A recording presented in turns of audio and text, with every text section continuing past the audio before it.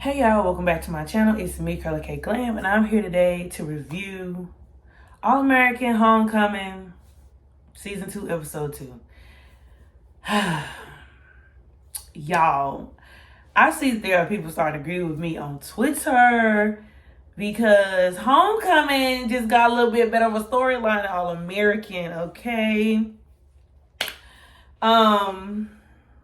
I'm just gonna start where I want to start. I'm not even gonna go in order of how everything happened in the episode. I'm just gonna talk what's on my mind, okay, y'all? So we're gonna start with JR Daddy and his transfer because that was the end of the episode, but I low-key got pissed because JR's daddy has hurt Damon so deep that he is not trying to see the effects of his decisions. Okay, we know that Damon transferring, he was acting off impulse because he did not want to be a part of the team where JR's daddy was because of what JR's daddy did to him. But after Damon understood that his decision was personal and that the team was much bigger than him, JR's daddy did not try to extend him grace. And I knew that after they did that whole swap thing at the game, with Damon playing for Hawkins and Lando playing for Brinston, Lando has always wanted to go to Brinston. He always said Damon took his spot. So I guess he honed in on the whole, well, since Damon's leaving, I can come to Hawkins. Since Damon's leaving, I can come to Brinston now. Not knowing that JR and Coach Marcus have had a conversation with Coach Shaw about rescinding Damon's transfer. So I'm trying to understand how he gonna say the transfer is already done when the paperwork didn't go through. So technically, if the paperwork didn't go through and the coach of Hawkins didn't sign off on it, Damon is still a Brinston Lion. That's at least how I understand it. I don't know how the NCAA work, but we just gonna go with what the storyline is. He didn't sign nothing. Well, at least the coach didn't turn it in. So Damon is still at Brinston. Now the thing is, it's the fact for me that like he knew he didn't have no picture. I understand it was a business move, but at the same time, he didn't even try to fight for Damon at all. I know Damon's mind was already made up, but you already have kicked Damon multiple times. Like, I don't understand. Like, and this is your bone of your blood, flesh of your flesh. Like, seriously. And then here's your prime opportunity to get to know your new son, to build this bond with your son through the same avenue you built the bond through with JR, and you just slide into the wayside. So now, obviously, as the story is going forward, Damon and Lando are going to have to compete for the pitcher spot which I'm pretty sure JR Daddy is going to give the lead pitcher spot to Lando, and Damon is going to have to get backup pitcher. And that's not what Damon came to Brinston to do. So now it's going to be a whole tip. So this about to get messy. Okay, so apparently the dude that Simone kissed at New Year's is a tennis player. I'm assuming he's on the male tennis team because he was out there helping Tootie. We don't know who Tootie is, but apparently Tootie was number 2, and now she's number 1. And apparently she's told the team that that Simone intentionally hurt Thea. So now they're all under the guise that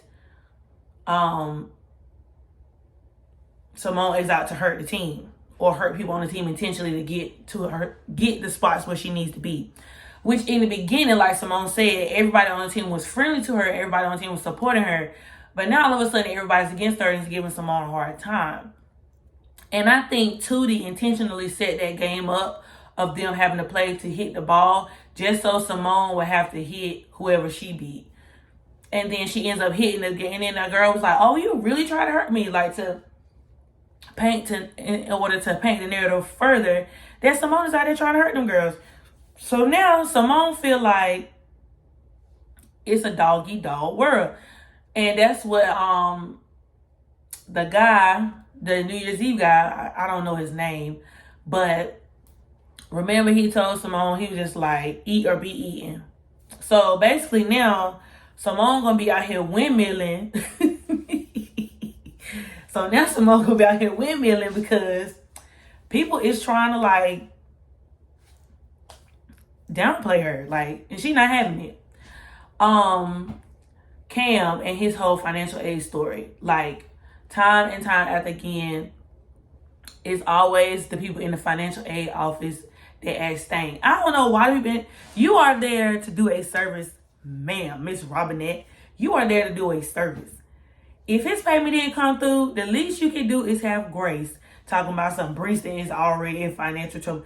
We understand Brenston is in financial trouble. That's the whole reason why Brenston was shut down in the first place. But what they got to do with Cam and his classes, in order for somebody to stay at Brenston, in order for y'all to get paid, you got to wait for the check to come through. And apparently, sometimes at schools, they be late on refund checks. But you don't hear them all up at the front desk, give me my refund check. Not to say that happened at Brenston, but I'm just saying in general. Give me my refund check. But no. Y'all want to keep that man out of his classes.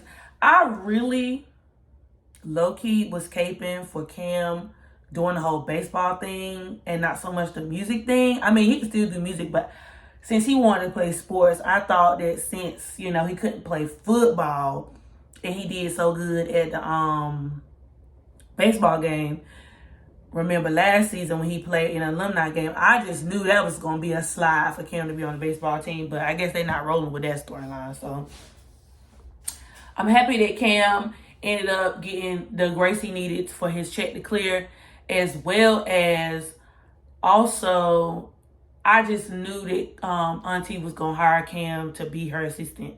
Because I was just like, she said she need help, Cam need the cash. So, yeah, I was here for it. I wasn't mad at it at all. And they gathered Miss Robinette together because Miss Robinette was at this thing. Sorry, sis, but do your job. Keisha. I'm also happy to see that Keisha is pursuing her passion of dance. Of course, they had to throw a little riff in there, just to make this transition from pre-med to dance a little bit complex.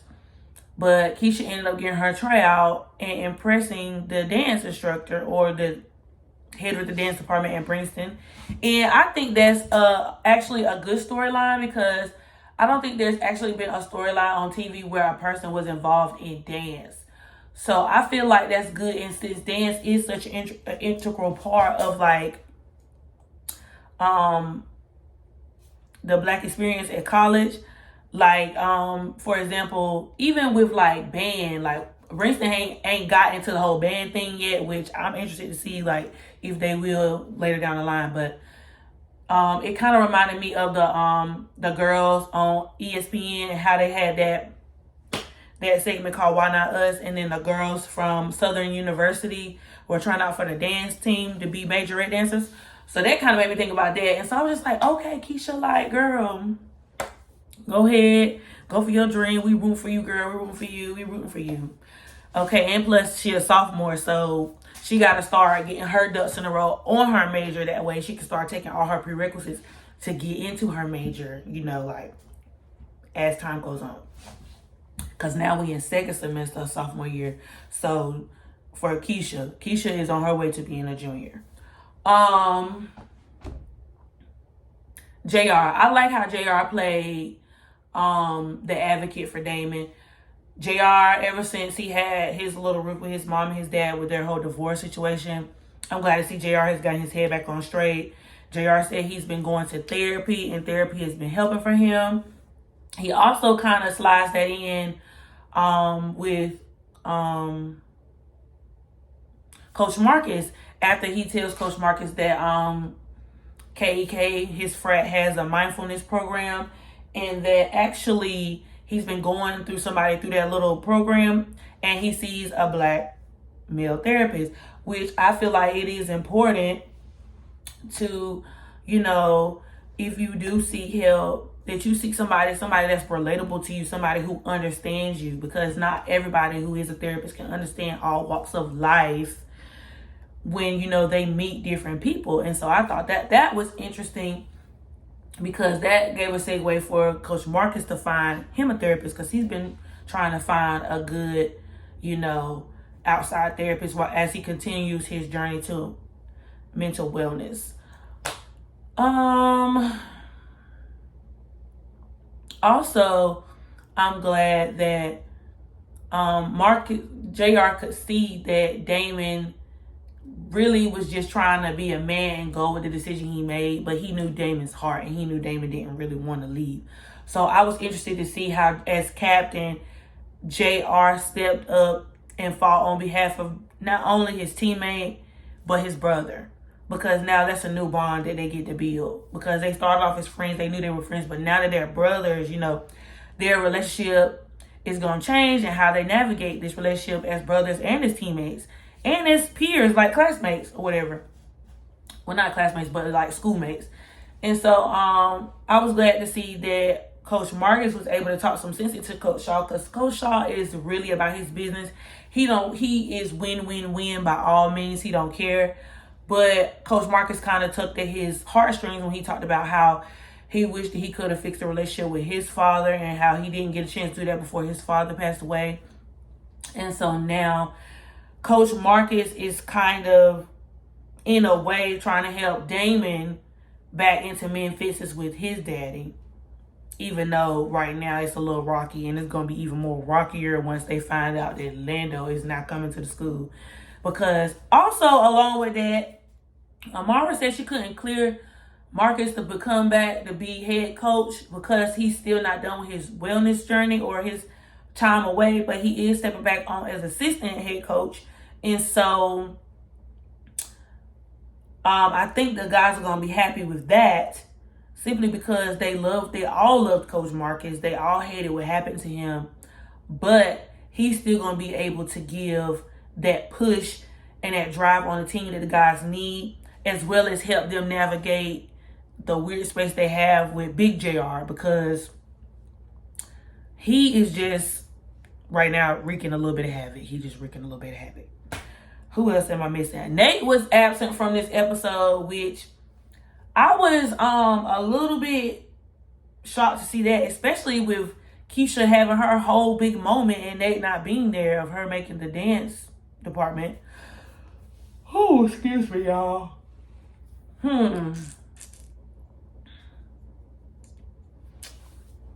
We gonna do the whole Simone, Thea, Damon thing. I just do not like Thea with Damon. And I don't think Damon likes being with Thea. I think Damon likes Thea, but the only reason why Damon and Thea are a thing is because of what happened to Thea. And she was just in a soft place. I'm not going to say Damon doesn't like Thea and Damon doesn't have feelings for Thea, but Damon's feelings for Simone outweigh what he feels for Thea. And that puts him in a tight situation, because I know y'all saw the eyes when they announced at Auntie House that Damon was able to stay, and Damon went and hugged Thea, but Damon was cutting his eyes at Simone. Don't give her the I see you over there eyes. Damon, you make a choice. I'm like, So, because like Simone really pressed Damon, because Thea was giving Simone a hard time for no reason. And out of respect for Damon, Simone was trying to keep her peace. She was trying to keep the peace at most. But that whole exchange that happened while Damon was standing right there, Damon was just sitting off to the side like, I don't want no parts. Damon, come on now. You knew you was going to have to play some parts. I don't know why you did it. Because had that been Simone, had the script been flipped, and Simone was dating somebody you didn't like, which from the preview, all the people, the black Twitter streets under the homecoming hashtag was saying that they think Lando and Simone is going to be a thing. Now, in the event that this does occur, David is going to be pissed. David is going to be pissed in the event that like this really happens. Like if this really become a thing, they might tease us and make us think it's a thing. But I kind of feel like Simone gonna be with the New Year's Eve boy because he's around. He's a tennis player and he's around. He's an upperclassman, but he's around. And so I feel like Simone gonna have her options this season. I just feel like that's the way it's gonna be. I mean, of course, you know, sorry y'all who was Team Jamone, but Jamone ain't thing no more, so we're gonna have to move forward, okay? Just like we're gonna have to get over Spellivia. Like, it's just a thing. So, like, ugh. Simone was like, Damon, I'm gonna need for you to fix it, or else I'm gonna have to run Thea the hands. Like, Thea doing too much for me. She think that I intentionally hurt her. You need to tell her that that wasn't the case. I don't know why she would feel like I did that, even though like I tried to be friends with her. Like nobody was interested in being friends with Thea. And she saw Thea and Tootie talking, which is why she thought Thea was in cahoots with the whole mess Simone up, mess Simone Pavlo, get Simone a hard time situation. And that was not the case. So whatever, like... But also, when Damon came to Simone's room to bring her box of stuff, I'm like, why does Damon have a box of stuff from Simone? And why does Simone got a hoodie like they was together? So is there something that happened in between time that we don't know about? Because it's weird. Like, okay, and she looking at Damon like, she be holding Damon accountable like, Damon, you owe me. Like, anything Damon not doing right, like she even knew Damon wasn't supposed to leave Brixton. Just like Damon had that whole conversation when Simone was getting ready to leave Brixton. But like, I'm just like, So we bringing each other's stuff back. Interesting. Real interesting. Because how is this a thing? Like, she walking around with Damon hoodie on. She just got a whole relationship. Why she got Damon hoodie? And why Damon got to buy some stuff? Oh, okay.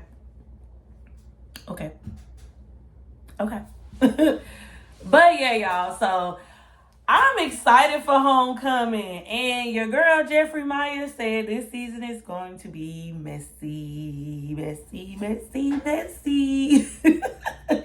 But, you know, when things get a little tense, that kind of makes the storyline interesting. I mean, they're in college, so nothing's going to be given to them easy. I mean, you got a windmill for everything you want when you're in college anyway. Nothing is straight given to you. So I'm interested to see what's going to happen. Do I think Simone and Lando going to be a thing? No, but I feel like he's going to find Simone intriguing. I don't necessarily know if Simone going to give him a chance, though, because what they was like on Twitter, they was like, I'm interested to see each other with each other's rivals, like Simone with Lando and then Damon with Thea. But honestly, I don't think Damon and Thea going to make it through season 2. But that's just me. But yeah, y'all, don't forget to rate, comment, and subscribe. I'll be back next week with another review. So, stay tuned. Deuces.